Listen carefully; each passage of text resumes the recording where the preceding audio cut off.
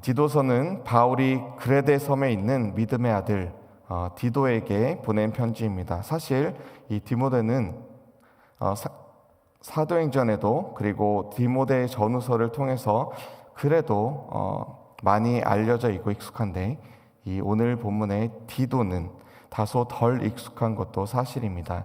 이번 이 매일 성경을 통해서 디도서를 통해 교회 공동체 전체에 보내는 이 메시지를 우리가 함께 발견하고, 그리고 바울의 목회적 열정과 또 비전을 확인하는 그런 시간이 되었으면 좋겠습니다.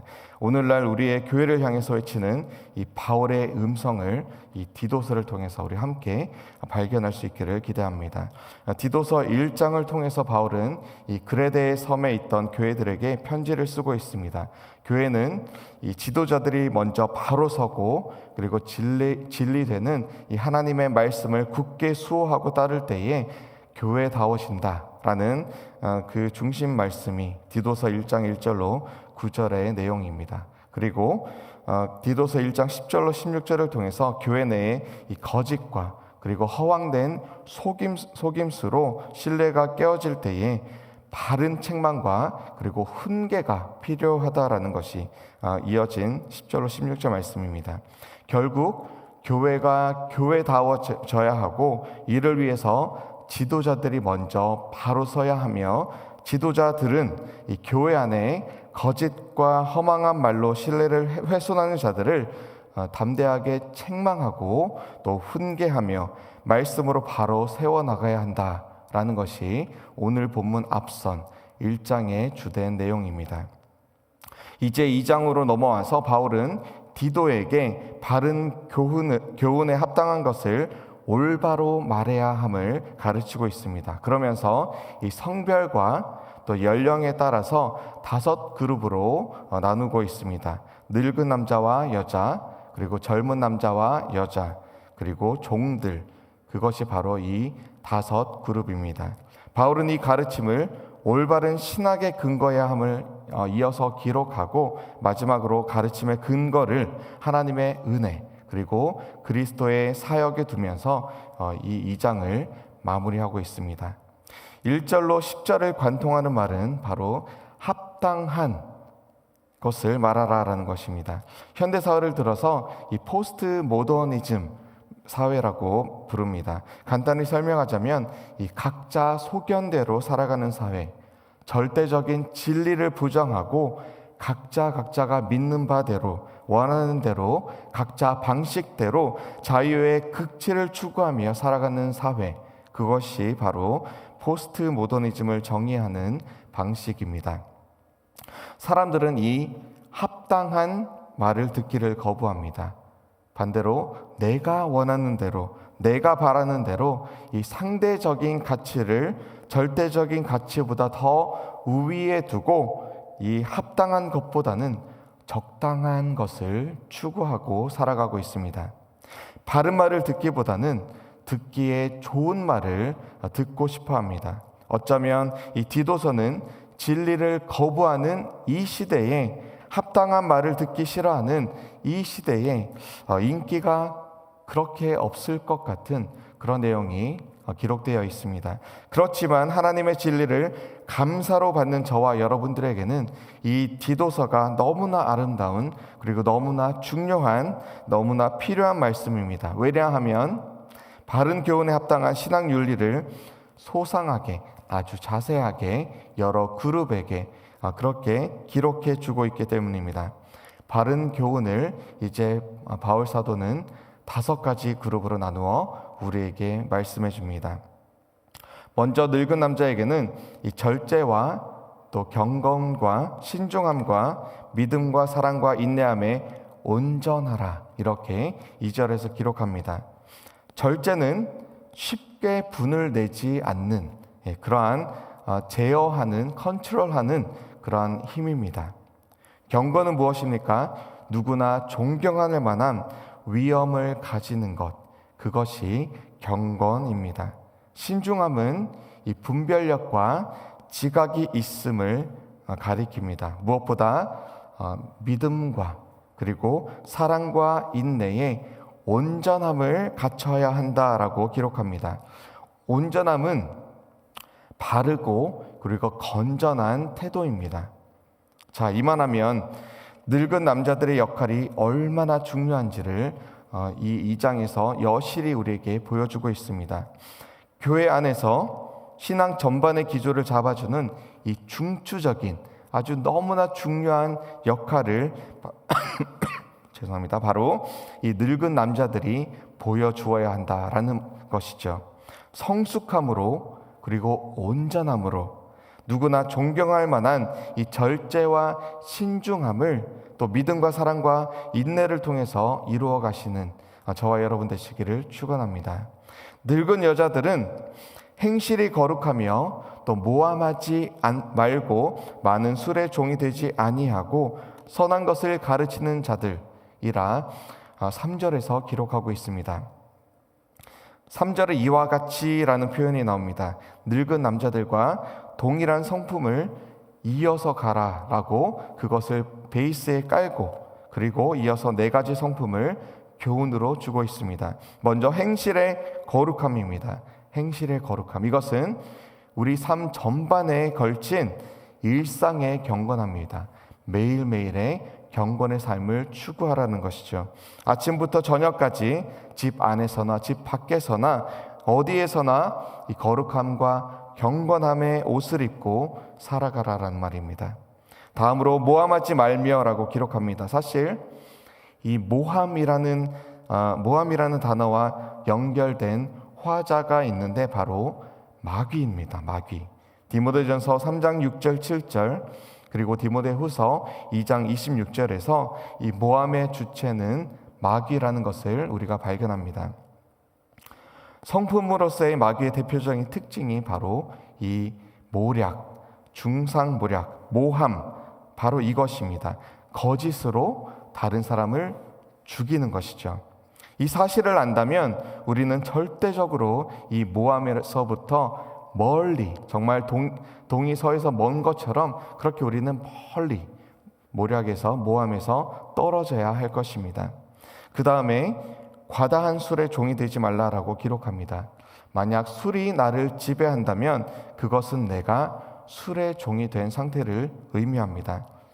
저와 여러분들은 그리스도의 그리스도의 지배를 받는 사람들입니다.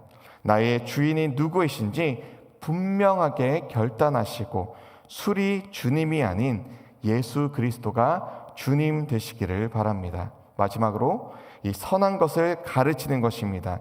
늙은 여자 그룹도 이 가르침의 리더십이 요구가 됩니다.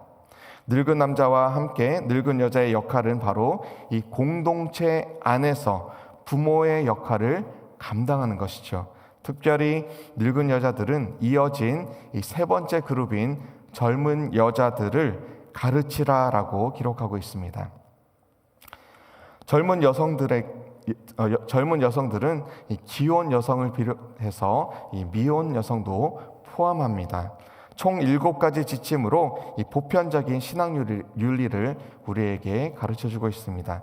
남편과 자녀를 사랑하며 신중하며 순전하며 집안 일을 하며 또 선하며 남편에게 복종하라라고 기록합니다. 이 남편과 자녀를 사랑함으로 가정의 화목이 그 안에서 시작이 됩니다. 또한 신중하라라는 말은 이 장에서 3번에 걸쳐서 기록될 정도로 아주 중요한 키워드와 같습니다. 선악을 또 옳고 그름을 잘 분별하라라는 것입니다. 그리고 그러한 옳고 그름 또 선악을 잘 분별해서 그것을 남편과 함께 자녀들에게 잘 나누라는 것이죠. 순전은 무슨 말입니까? 성적인 정절과 순결을 의미합니다. 잘 지키라는 것이죠. 집안일을 하라라는 것은 마땅히 해야 할 일을 잘 감당하라는 의미입니다. 선을 추구하고 또 남편에게 복종함으로 이 7가지의 덕목이 마무리가 됩니다. 그리고 이 모든 것은 하나님의 말씀이 비방을 받지 않게 하기 위해서 요구가 되는 것이죠. 하나님의 사람으로 살아가는 것이 쉽지 않지만 반대로 하나님의 말씀대로 살아가면 그 과정과 그리고 그 결과는 하나님의 이 말씀대로 하나님의 복이 가득한 그러한 이로운 가정, 행복한 가정이 될 것이다라는 것이 가르침의 요점입니다. 네 번째 그룹은 젊은 남자들입니다. 이와 같이로 시작을 합니다. 그래서 젊은 여자들의 이 덕목을 그대로 잘 새기면서 또한 권면하라, 이렇게 기록합니다. 그 처음은 신중함입니다. 또다시 한번 나오는 덕목이죠. 이어서 범사의 선한 일에 본을 보이라라고 기록합니다. 교훈에 부패하지 아니하고 또한 단정하고 또 책망할 것이 없는 바른 말을 하게 하라고 기록합니다. 그 이유가 무엇입니까? 대적하는 자가 부끄러워서 우리를 악하다 할 것이 없이 하기 위함입니다. 신중함이 첫 덕목이죠. 매사에 선한 일로 본을 보이라는 것이죠. 디도가 아마 이 젊은 남자들에 속했을 확률이 높습니다. 누구보다도 신중하고 또 선한 일로 본이 되어야, 그래야 이 디도의 가르침에 이 깨끗함과 위엄이 이 그레데에 있는 여러 교회들에 녹아들 것이기 때문에, 그래서 가장 먼저 신중하라라고 말한 것입니다. 그래야 책 잡힐 때가 없는 이 온전한 말, 또 온전한 가르침이 되는 것이죠. 젊은 남자들은 보통 허세와 허풍이 많습니다. 실력보다, 자신의 진짜 능력보다 더 과장할 경우가 많습니다. 그게 젊은 사람들의 특징이죠. 그런 그룹에게 바울은 신중하라, 그리고 선한 일로서 본을 보이라, 단정하고 책망받지 않도록 바른 말을 하라라고 기록합니다. 한마디로 말과 행실에 바르게 정직하게 신중하게 허풍과 과장을 버리고 있는 모습 그대로 그렇게 살아가라라는 것이죠. 마지막 그룹이 나옵니다. 종들입니다. 오늘로 말하자면 회사의 직원이 될 수도 있겠고요, 점원이 될 수도 있겠고, 그리고 employee, 영어로는 그렇게 해석할 수 있겠죠.